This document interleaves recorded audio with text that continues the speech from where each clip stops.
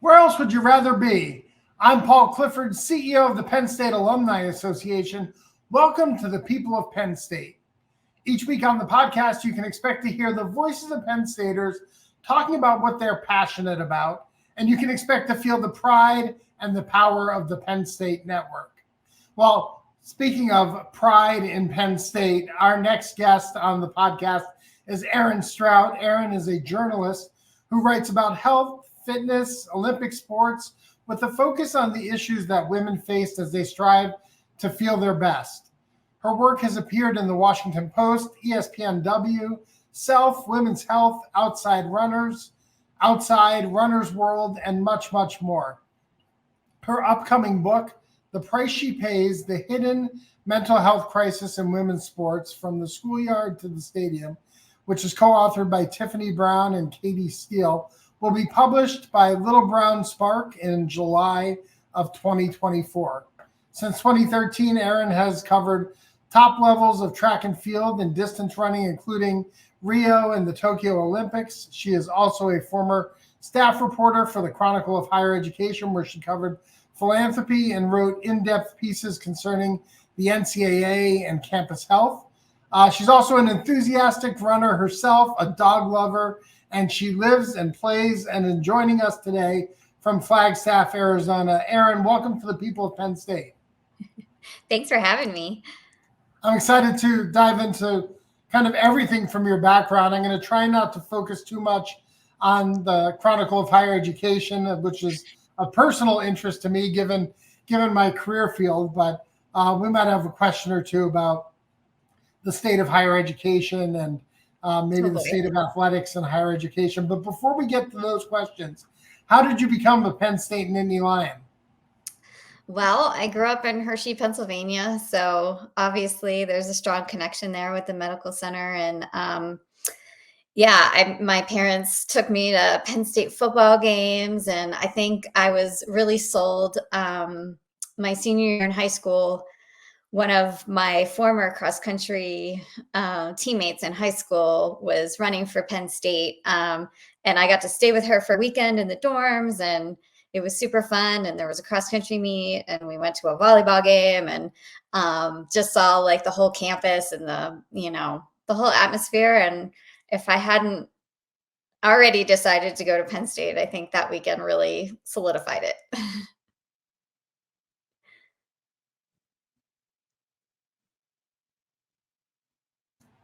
Thank you, Mike. Yes. So you decide to come to Penn State. As a student, what were you involved in on campus? Primarily the Daily Collegian. That I feel like I majored in the Daily Collegian. I spent so much time there and worked really hard there. Later, my senior year, I was actually kind of switched it up, and I was involved in communications for Thawne and homecoming and student government and those kinds of things. Just kind of took a break from the collegian and tried to explore a few other things before I graduated. That's a interesting transition from collegian to student government. Mm-hmm. It was. Usually they're enemies in the, I don't want to say that in the negative sense, but like in the journalism battlefield, right? It's the journalist trying to dig into student government and kind of learn more about the inner workings, right? Yeah. Competing interests, I'll put it that way. There we go. You're the writer. I'm just the entertainer, I guess. But when you came to Penn State, we're going to talk about your career in journalism in a second, but were you kind of laser focused on becoming a journalist? What did you major in, and what was your original kind of career goal? Yeah, I came in wanting to major in journalism. I never changed my major. I'm probably an anomaly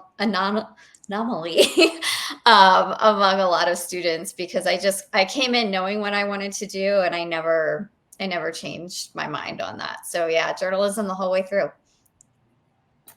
This is the people of Penn State. I'm Paul Clifford. I'm joined by Erin Strout. She's a journalist and the author of The Price She Pays, The Hidden Mental Health Crisis in Women's Sports, From Schoolyard to the Stadium. We're going to talk about that book in just a couple of minutes. But Erin, take us through the early part of your career. We were talking off camera about you graduate from Penn State and then you end up in the Lehigh Valley working in Easton.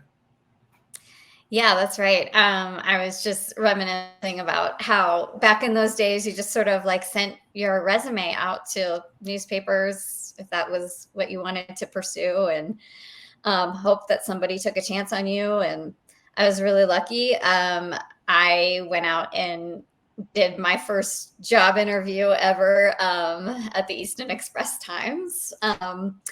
And ended up taking just sort of a general assignment reporter job there, which I stayed for, it was more than a year, I think a year and a half or so, and ended up covering education and, did my fair share of like crime, fires, borough council meetings, all those kinds of, just meat and potatoes of local reporting, and learned a lot. I mean, I feel like every journalist should do that at some point earlier in their career and learn all the basics. So from there, you transitioned into what looks like kind of an industry-focused magazine or publication on sales and marketing management. And from there, the Chronicle of Higher Education. Talk about kind of the decision to kind of leave the field, if you will, out there chasing the story to moving into a senior editor position. Yeah, I ended up at Sales and Marketing Management, which was like sort of a B2B magazine in New York. And I think really for me at that time was the attraction was really moving to New York. I really wanted to, try out city life, and ended up taking that job, and I learned a ton there. I mean, just like the ins and outs of being an editor at a magazine and how it all comes together, and working with art department and, monthly features and traveling for stories and all that kind of stuff. And it was a really great experience. I learned, I think I stayed there for about 6 years. Just kind of until it was time to try something else. So you were then a staff reporter at the Chronicle of Higher Education. You covered fundraising, philanthropy, alumni relations, right? The stuff that I do on a day-to-day basis. Kind of, what were some of the big stories that you were reporting on through the Chronicle? Yeah, any of those like huge mega donations, I would dig into those to, endowment management. I think one of the most popular stories that I would do every year was the annual release of like the biggest endowments. Everybody was interested in how much money, like Harvard had, or whoever happened to top the list each year. And I also did really fun stories, like alumni relations was one of the parts of my beat that I really loved, because I remember I was just reminiscing about this with somebody else really early on, and I'm making myself sound really old, but it was like really early on in sort of reality TV meets, interior design. One of the fraternity houses at the University of Richmond was going to be on one of those like HGTV shows. And so they invited me down for the weekend when they were doing the whole transformation of this fraternity house, and, just sort of like getting into like why colleges and universities might actually want to be featured on a reality TV show and what it does for their marketing and their reach and all that kind of stuff. So those stories were super interesting to me, as well as like, going to college campuses and seeing how some of these like huge donations were being put to work and where they were being invested and what alumni were interested in giving that money to at the time. And all those kinds of issues were super fascinating to me. It's, it's interesting thinking about kind of the endowment story that you covered, right? And how that's still, right, in 2024, how that's a real topic of interest. And I know that institutions like Harvard and Yale and those with the uber large endowments come under a lot of criticism for how much money they have versus the tuition that they charge. But I think there's a lack of understanding around what an endowment is and the purpose of an endowment. And it seems like we are not very good at educating around that topic. Yeah, and I think that's always been the case, even back when I was covering it. I mean, I had to sort of go through an education about it myself, as I was starting to cover what an endowment was and why that money can't be spent in certain ways, and why, how they grow so large, and, what percentage of it can be spent every year, and specifically what it can be spent on. It's all very, I think it's a hard story to tell the general public. I think it's difficult to understand if you're not in it day in and day out. Yeah. The way I try to boil it down is essentially donors give to a specific purpose, and you are, as an institution, are obligated to spend the money on that specific purpose, right? And so there are some restrictions around how those dollars can have an impact at your institution. And I know you're not in the day-to-day of this as much as you might have been when you were at the Chronicle, but, looking back from your time there to now, the better part of a decade later, thoughts on higher education and how the media is covering higher education, and kind of the change in public perception around higher ed? Yeah, I mean, I think so much has changed since I was at the Chronicle. I'm just now stepping a little bit back into it, with some assignments and re-educating myself, I think.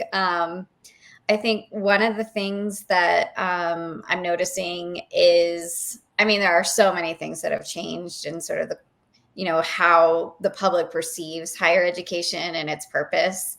And some of the things I'm working on now, just dipping my toe back in, just sort of the connection between the workforce and the needs of the workforce, and higher education, and how they can serve each other, and how they have to serve each other at this point. And I think in Pennsylvania, especially, you're really talking about that right now with the governor's proposals and budgets and all that kind of stuff. So I'm just really learning it all over again, I feel like, right now.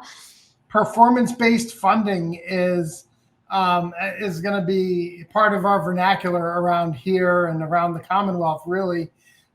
If the governor is able to kind of get his funding strategy through for higher education. I know we are excited about it because of the additional support that is promised from the state. Although we've heard that in the past, and we'll believe it. We'll believe it when we see it.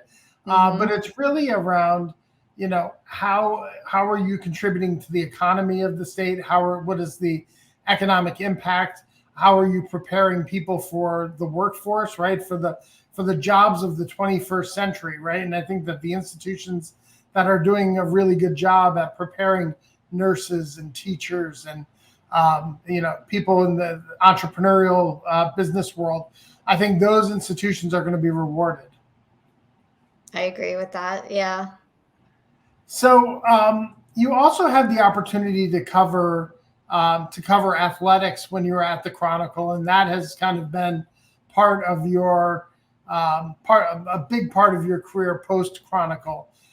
When you are hearing about NIL and the transfer portal, and kind of just thinking back to when you were covering it for the Chronicle from that kind of more academic perspective to now the things that you are reading about and covering, can you compare and contrast kind of the different world that we lived in? Oh my gosh, it's like the Wild West right now, right? I mean, who knows where this is all going and what it's going to look like, a year or 2 or 3 from now. I think NIL is fascinating. I don't really know what to think about, where it's going to end up. Right. I feel like there's a lot more that's going to shake out when it comes to NIL and what the rule. I mean, I'm not even real clear on what the rules are. I don't think anybody is.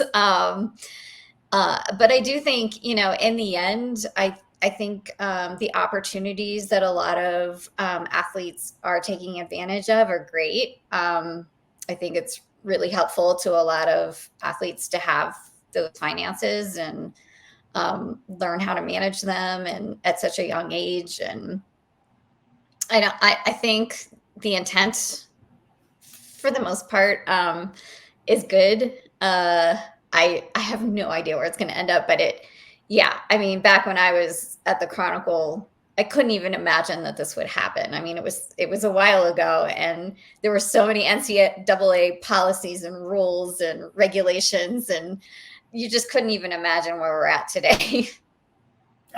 Absolutely. It's the Wild West is a great way to describe it. If you would have told me even 18 months ago that they were going to start paying student athletes, right, and that student athletes were going to be able to be compensated for their name, image, and likeness, and that the top paid student athletes would be a gymnast at LSU, a women's basketball player at Iowa, and the backup quarterback at Texas, I would have told you, no, that's not how this is going to work. And yet that's the world that we now live in. Yeah, I think it's great for women's sports. I think it's giving women a bigger platform. It's drawing more attention to women's sports.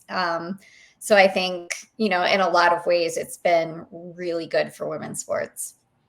Yeah, we've been big fans of women's basketball in particular throughout over the years, my wife and I. And we were talking the other night about, could you imagine if NIL was in place when I worked at the University of Connecticut, when Diana Taurasi was at UConn, and kind of her personality and being out there, she was the Caitlin Clark before Caitlin Clark. And yeah, I love seeing how Caitlin's kind of using the platform to not only, obviously she's benefiting greatly from it from a monetary standpoint, but also from kind of embracing the position of being a role model to young girls. Yeah, and I think that's amazing. Can you imagine how many more girls right now are interested in playing basketball because they know who Caitlin Clark is now? I mean, that wouldn't have happened without NIL, I don't think. Absolutely. And I think you see that phenomena too. Every 4 years they come around with the Olympics, right? And I think you see, I think the Olympics have done a really good job of highlighting our female athletes who are competing, and how they inspire, again, next generations of young women to want to go into, swimming and track and field and field hockey and some of those other sports that you get to see a lot of. Basketball during the Olympics. You had the opportunity to cover the Olympics in 2016 in Rio. Talk about that experience. What sports were you covering, and kind of what were the big stories of the time? Well, I was covering track and field, mostly track, not a lot of fields, but yeah, so men's and women's track and field, and the marathon, which is, sort of under the umbrella of track and field too. So that's what I covered there. It was an amazing experience. It was also exhausting. Just, you don't realize, what it's like just to be on the ground at the Olympics when you're working, and you don't really have a lot of time to go explore other things and see other sports or, any of those fun things that you would like to be able to do, because you're kind of at the track for the morning session, and then you have a little bit of time to, go get something to eat, or you have a little bit of a break in the afternoon, and then you're back for the evening sessions. And then if, we were covering primarily American athletes. So if somebody medaled, you could tack on another, 3-4 hours to your night, go back, get a little bit of sleep that night after you write your stories, and get up and do it all over again. So it's pretty exhausting. It's really exciting. Very glad I got to do it. We had, that year we had so many American athletes do exceptionally well and win a lot of medals. So it was a fantastic year to be covering the Olympics. I'm really glad I was there. Yeah, it was. Look, it's an Olympics that stands out in my mind I mentioned to you before we got in front of the camera that we moved to State College from Eugene, Oregon. And so in that Olympics, three of our neighbors, three people who lived like on the same block that we did, came home with Olympic medals. So Mo Farah, the 5 and 10,000 Olympic gold medalist from Great Britain, lived and trained in Eugene. And then around the corner from us, Ashton and Brianne Eaton. Ashton was a gold medalist in the decathlon, as you know, and Brianne, his wife, competed for Canada and won the bronze that year. So it was a big event in the neighborhood as well. I bet. That's amazing. It's like State College, where you walk down the street and you see wrestling national champions. In Eugene, you run into Olympic gold medalists. It's just a characteristic of where you live. Yeah. I want to talk about your book, The Price She Pays: The Hidden Mental Health Crisis in Women's Sports from the Schoolyard to the Stadium. First, let's just start off. Like, what was the inspiration? Now, well, let me stop there. This is not the first book you wrote. When I was doing research, you wrote a book with Bart Yasso. I did. And so, first of all, I'm a fan of distance running, right? If you're a fan of distance running, everyone knows Bart Yasso, right? That's the most recognized name in the industry. Before we dive into your book, I want to ask kind of what that experience was like, what it was. I mean, I know the word legend gets thrown around, but I mean, you worked with the legend on that book. Yeah, he's great. I had been working with Runner's World during that time. I think we actually started writing the book shortly after the Rio Olympics. We had a great time working together. He's so easy to work with. And he was getting ready for his retirement from Runner's World, or he had been there forever.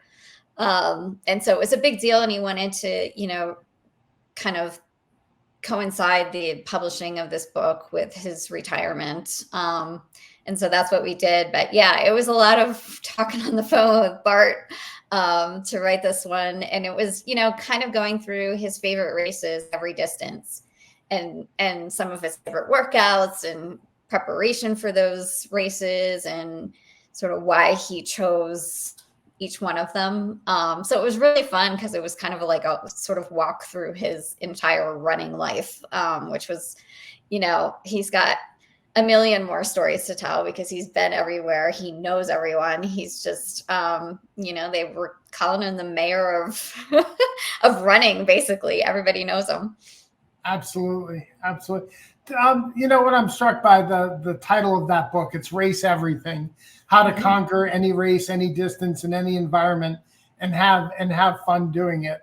I would imagine that there are lessons in that book that apply beyond running, right? And when I thought of Race Everything, I'm like, okay, this can apply to people in the business world. There are probably lessons in here that can be applied across really any industry or any endeavor that you're involved in. Did you find that to be the case?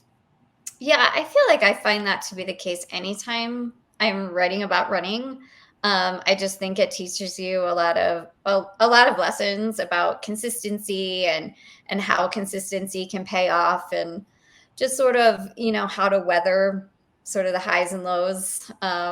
Just all those, they sound kind of cliche, and they probably are, but I do think that like there's a lot of life lessons in distance running that you can take elsewhere in your life for sure.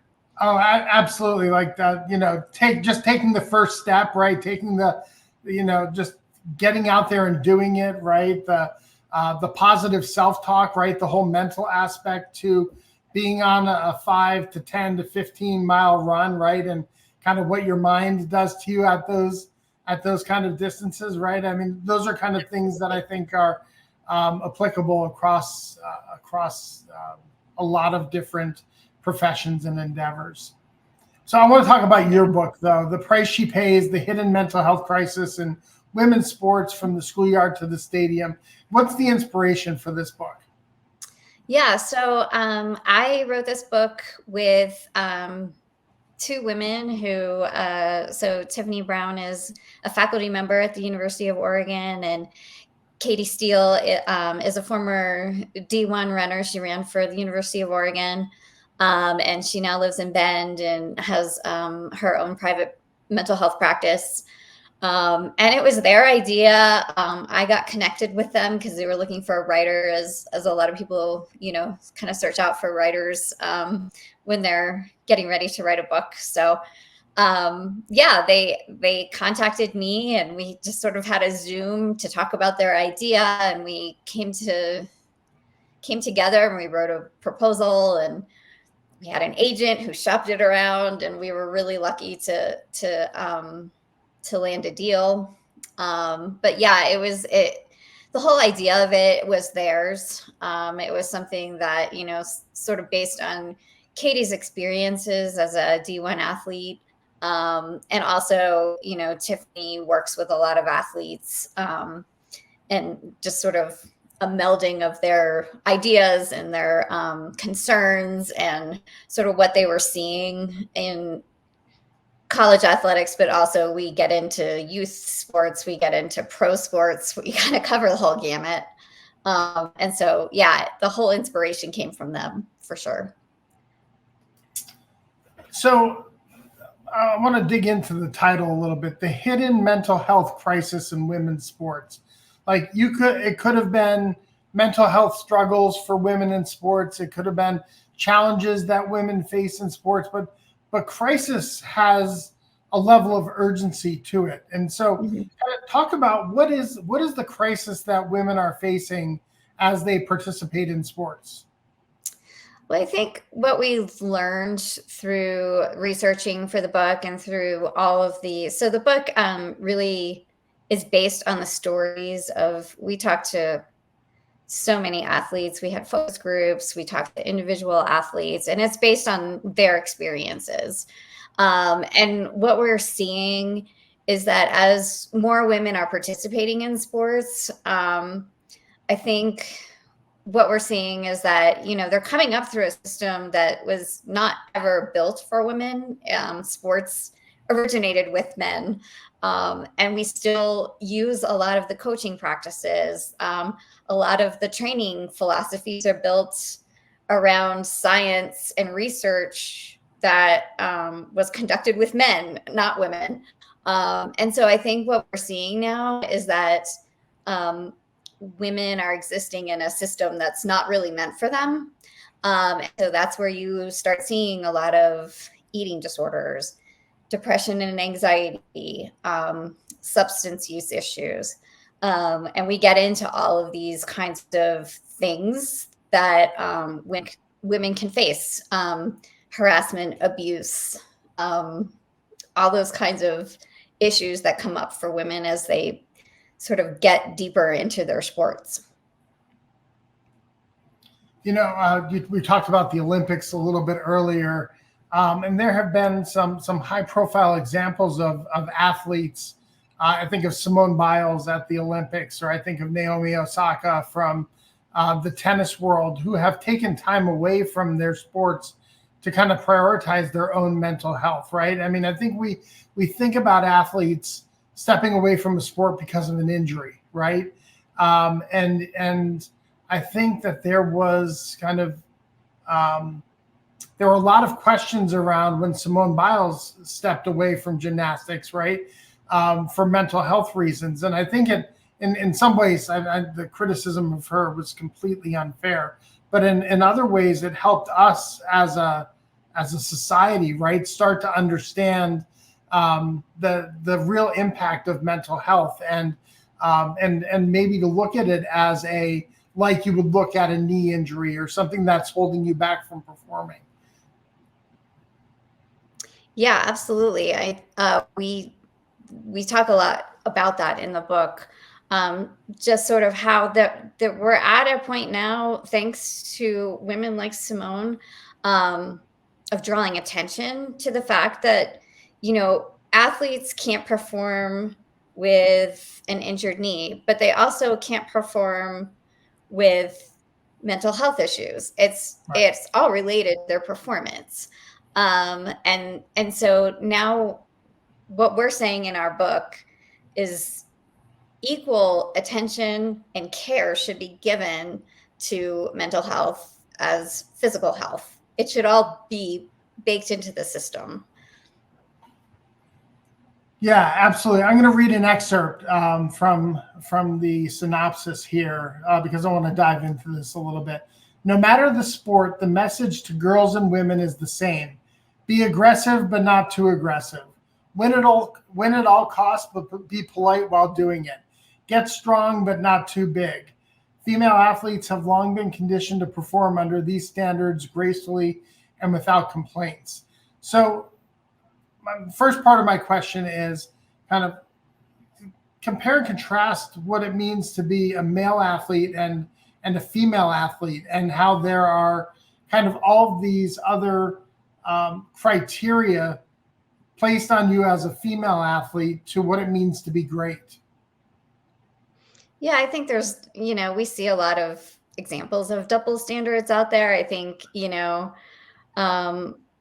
there's so many examples. I think one that stands out to me was at one point, Serena Williams was getting a lot of grief for the way she behaved on the tennis court when she was disagreeing with the calls that the ref was making, and just kind of showing that she was upset about it.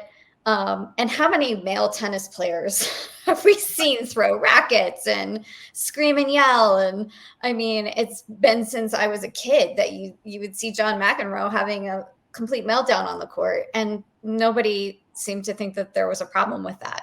But the moment Serena has, a reaction or an emotion in front of people, it's like, she's not supposed to do that, Right. Like, right. What is that? Yeah, there was definitely a stronger reaction. Like I think we grew up in the same era, right? People watched John McEnroe waiting for the outburst, right? They felt like they were cheated if they don't get that. And yet the reaction to Serena doing that as a female athlete was almost polar opposite. The things that I read in that synopsis too, again, we talked about the Bart Yasso book and how those lessons could be applied, right? These things aren't just can be applied well beyond the playing field for women, right? You could say the same thing about how women the things that women have to face in the workplace, right? And in other areas of their lives. How do we as a society start to move forward so that's not the case, right? How do we kind of rework the formula so that men and women are kind of evaluated by the same criteria? Well, I think if I had the answer to that, I'd probably be pretty wealthy, but I do think that, just the awareness of it is part of it. What I have enjoyed, like just sort of going back to the NIL subject, is that as women have as women in sports have bigger platforms and more amplified voices, I do think that they can bite back a little bit on some of the misconceptions that are out there and the misogyny that's out there, and sort of have their own voice out there. I do think that helps. I do think that we're creating more awareness of sort of the inequities. We have a long way to go, but I do think that it's more apparent in the conversation, which is super important. And that's sort of, another reason why we wanted to write this book, is to create awareness of what the problems are, and, how we go about creating solutions so that women can thrive in the sports that they choose. no matter if they're pro athletes or they're collegiate athletes or they're, just excelling at youth sports. Like, we can change these things. It's not hard, but you have to be aware of them first. Yeah, absolutely. I think it's easy to say we need to deconstruct systems that put certain people at the center of those systems, right? And then compare everything by the center versus actually going about and doing that, right? That's the hard work, is to go about the deconstructing.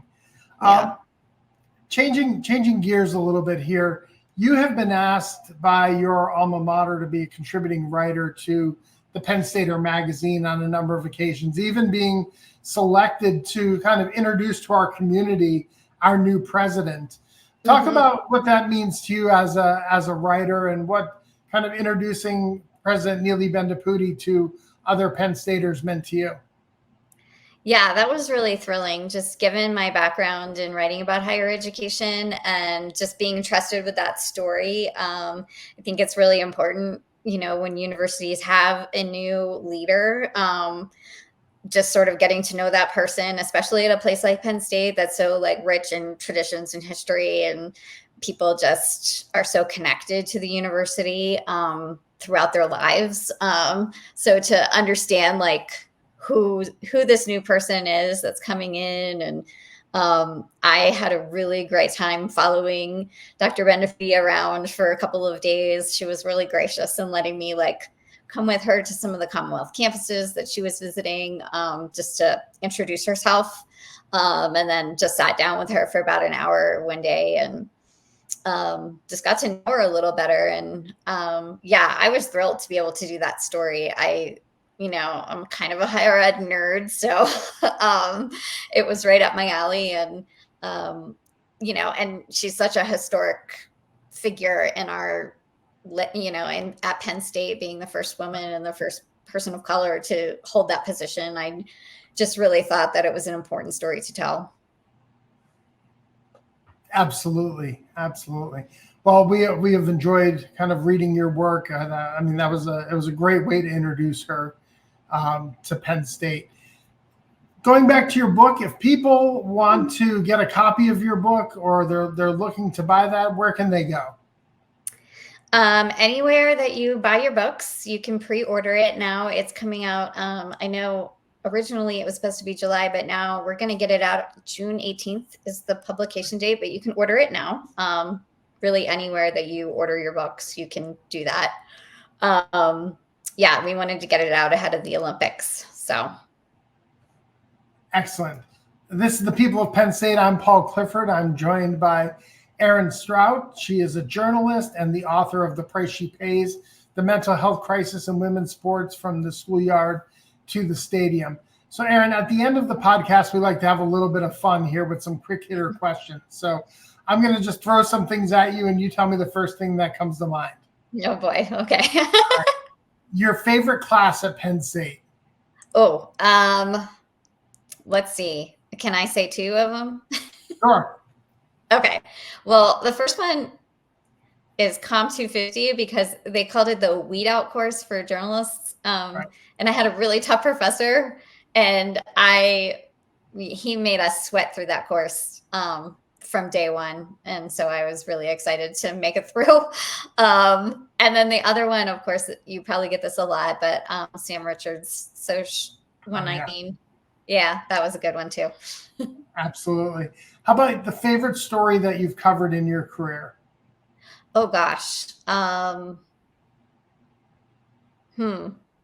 That's you're gonna stump me. I've been able to cover so many historic races, just Americans winning big marathons when it's been decades since an American won, Des Linden winning. Yeah, Meb. Des Linden winning the Boston Marathon in 2018 was thrilling. Yeah, and the Rio Olympics, obviously. How about if you could have dinner with anyone, who would it be and why? Can I throw a dinner party? Is that allowed? Most people do on this pod. We have no rules, so Let's see. Who would I have dinner with? I think somebody like Gloria Steinem. Okay. I think she'd be fascinating. Absolutely. Absolutely. How about your most unusual We Are moment?